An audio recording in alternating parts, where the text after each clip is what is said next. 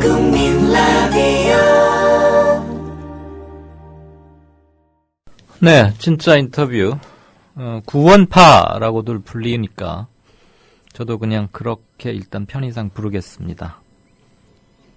조계웅 전 대변인 연결하겠습니다. 안녕하십니까? 예, 안녕하십니까? 네, 반갑습니다. 잘 들리시나요? 제 목소리가? 예, 잘 들립니다. 네네. 오늘 요즘 아주 이곳저곳에 전 대변인, 현재는 또 이태종이란 분이 대변인 맡고 계시죠?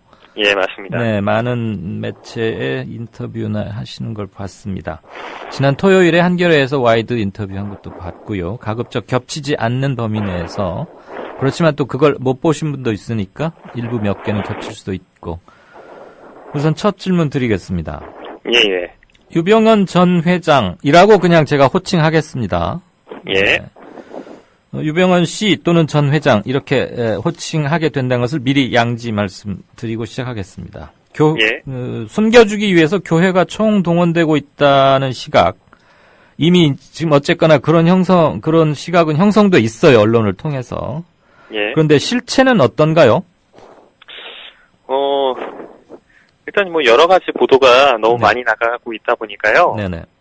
근데 일부 신도가 돕고 있다고 검찰이 보고 있기 때문에 저희도 그렇다고 알고 있지, 사실 이제 조직적이라고 움직이는 부분은 좀 동의하기 좀 어렵습니다. 네.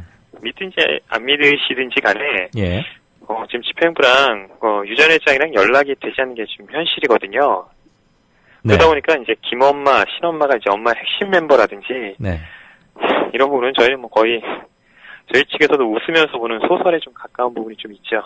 그러면 김엄마나 신엄마라는 용어를 검찰에서 지원했다는 뜻인가요?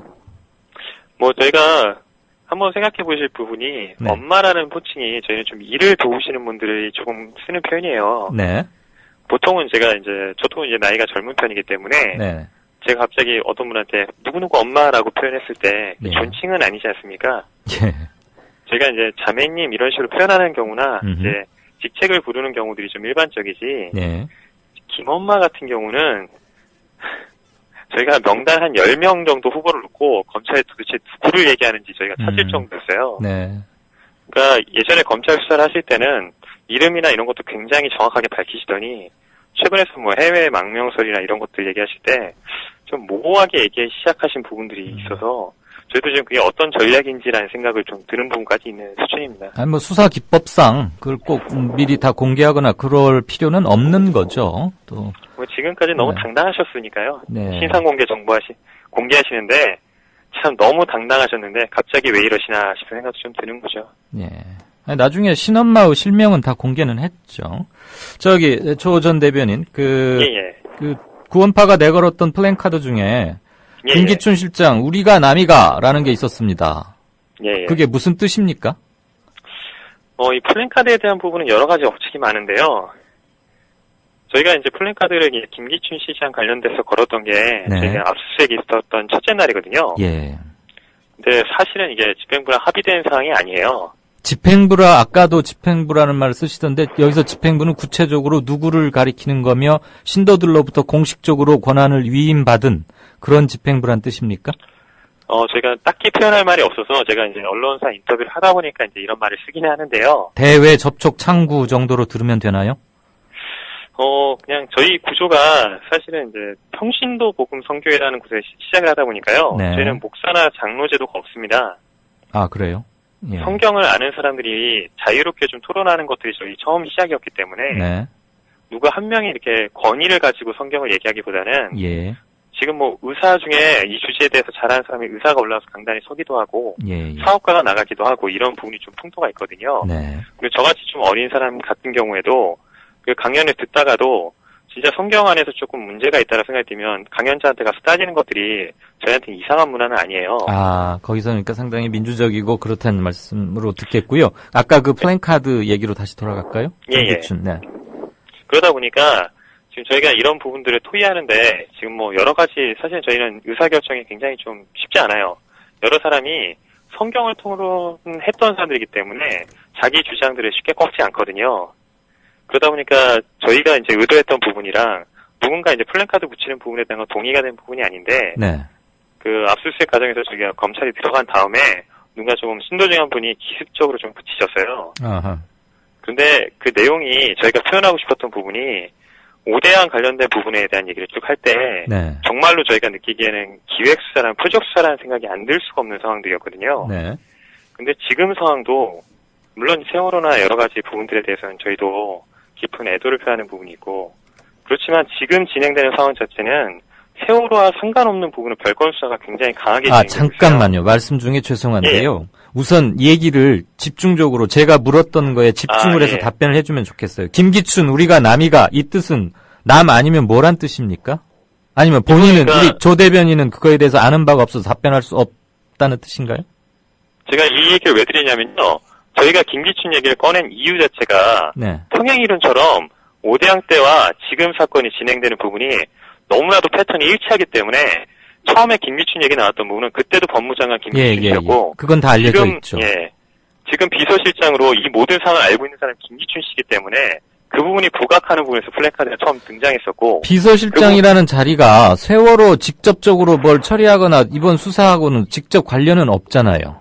법무부 장관은 검찰을 지휘하니까 당시에는 그렇게 오대양 측에서 볼 수도 있는데 물론 김기춘 실장이 굉장히 넓은 부분에서 많은 영향력을 발휘하고 있다고 추측되는 것이지 저희는 그러니까 제가 그 질문을 드리는 이유는 그 플랜카드를 본 많은 시민이나 시청자들이 무슨 거가 있길래 우리가 남이가라는 저 압축적인 말 속에는 뭐가 담겨 있을까가 궁금해서 여쭤봤던 거예요.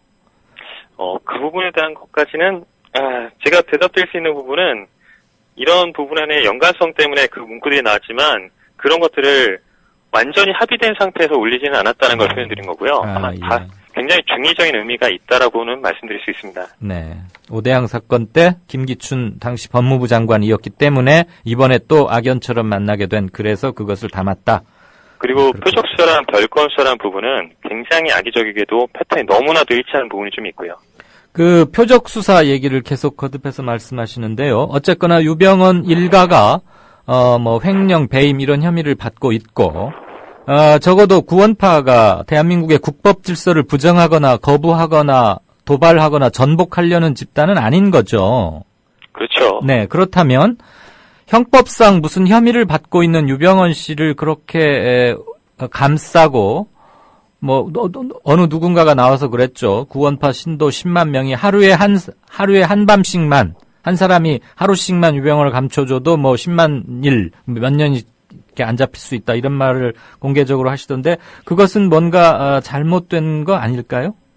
근데 그 부분 앞에 그 문구 앞에 붙었던 게 우리는 이런 심정으로 유병언 회장을 바라봅니다라는 말이 붙어 있었을 거예요. 그러니까 글쎄, 그 심정 그건 크게 본질에 영향을 미치는 것 같진 않아요. 실제 10만 일 동안을 은닉하겠다 그런 건 아니었겠죠. 어쨌거나 그런 심정을 갖고 있다면 그곳에서 구원파가 유병언 씨를 섬기는 건 아니죠. 거기는 하느님을 섬기는 곳이죠. 저희가 가장 화나고 언론에 대해서 저희가 KBS 집회를 연 적이 있습니다. 네.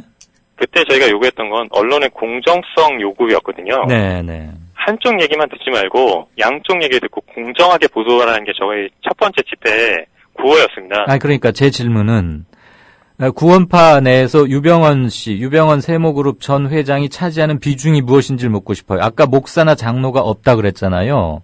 네. 그럼 유병언 씨는 그냥 유명하고 영향력 있는 신자 중에 한 사람인가요?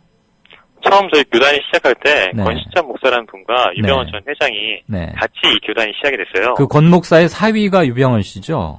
예, 그 이후에 이제 발생된 사건이니까요. 네. 그렇기 때문에 10년 전까지만 해도 설교 단상에 있어서 여러 가지 성경에 대한 부분에 신앙적인 부분에 대해서는 의지하고 존경하는 분은 맞습니다. 아하. 그렇지만 밖에서 표현하듯이 신격화되어 있고 교주라고 말씀드리는 표현은 저희한테 굉장히 모독적인 표현이에요. 네네.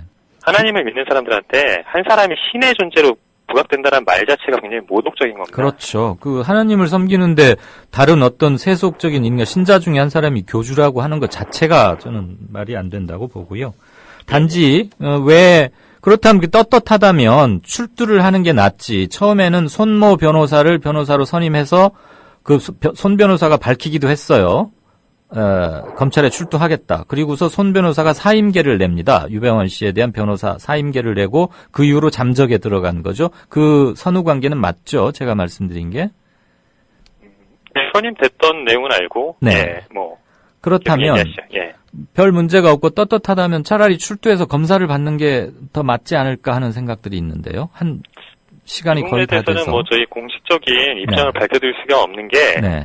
저희도 그 이후에 유병원 전 회장이랑 지금 접촉이 되는 상황은 아니에요. 네. 그렇기 때문에 어떤 심정이시고 어떤 이유 때문에 뭐 이렇게 피하시는지에 대한 부분은 저희가 공식적으로 대변해드릴 수는 없을 것 같아요. 예. 그렇지만 하나 고민하는 부분은 네네. 저희는 지금 긴급 체포로 들어가 있는 신도들이나 많은 사람들이 마찬가지인 게 예. 공정한 법 집행이라는 것이 기반이 되고 정말로 공정한 수사 억울한 일은 당하지 않았으면 좋겠다는 심정을 가지고 있는 부분은 맞아요. 잘 알겠습니다. 그렇지만 유병원 전 회장이 어떤 심정인지까지는 저희가 대변해드리기 좀 어려운 것 예. 같습니다. 그리고 현재 연락이 되지 않고 있다 이 말씀이시죠. 오늘 예. 그쪽 사정 때문에 40분의 인터뷰를 시작하는 바람에 시간이 너무 짧았습니다. 어쨌거나 예. 네, 말씀 잘 들었습니다. 고맙습니다. 감사합니다. 네, 지금까지 기독교 복음 침례회의 조계웅 전 대변인과 얘기를 나눴습니다. 국민 라디오 지지하는 4가지 방법 아시나요?